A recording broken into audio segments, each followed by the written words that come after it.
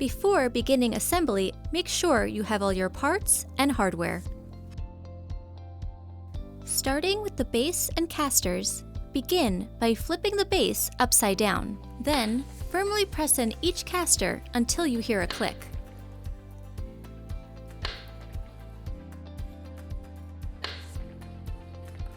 Flip the base to the upright position. Next, you'll be working with the gas lift and cover. Firmly insert the gas lift into the base, then place the cover over the gas lift. Using the included M822 mechanism screws with a Phillips screwdriver, firmly tighten each screw in an alternating cross fashion.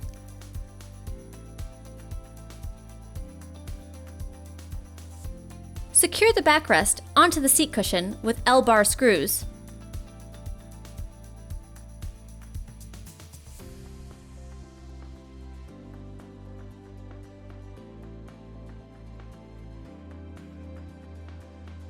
Next, we will attach the armrest. Attach the arms with a Phillips screwdriver and the included M628 arm screws. Repeat the process to attach the second arm.